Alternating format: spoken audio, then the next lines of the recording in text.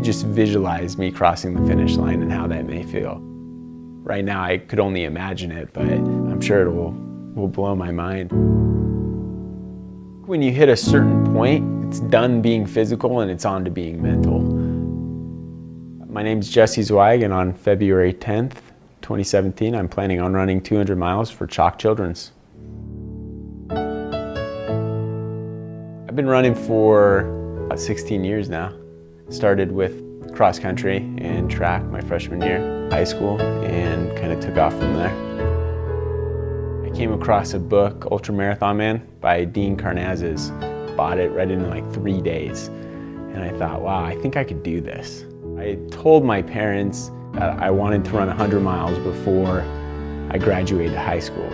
I thought I was going to get a lot of backlash, like, are you sure you really want to do that? But instead, my parents look at me and they go, okay, well, you should do it for charity. And I thought about it and I thought, okay. I was able to raise a little over $7,000 for CHOC Hospital. The second time when it came around, I approached CHOC again and I said, look, I'd like to do this run for you, but for the distance that I'm going to do, I really need a lot of help. Thinking about running 200 miles this time. At the second time, a little over $50,000 was raised. I ended up running, I think it was 124 miles before my crew sat me down and said that it's probably time for me to stop. My temperature had been dropping, it wouldn't stay up, and I was devastated.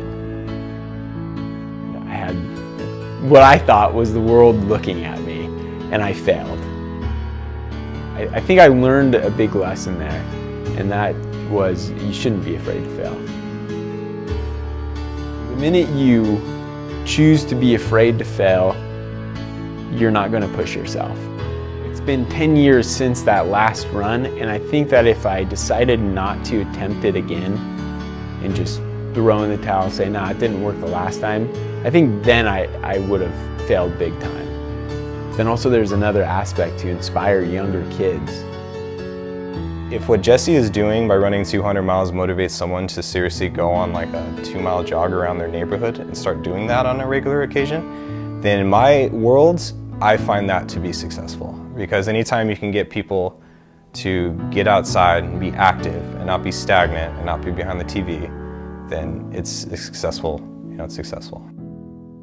It's pushing Jesse to the limits, but I mean, knowing Jesse, knowing his past, 200 miles is an achievement.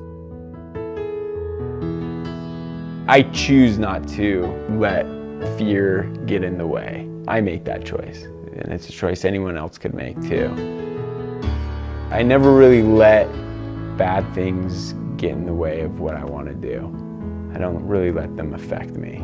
If you have an idea, don't be afraid to share it with your friends, your family, ask for help, and accomplish your goals. Don't be afraid to do that.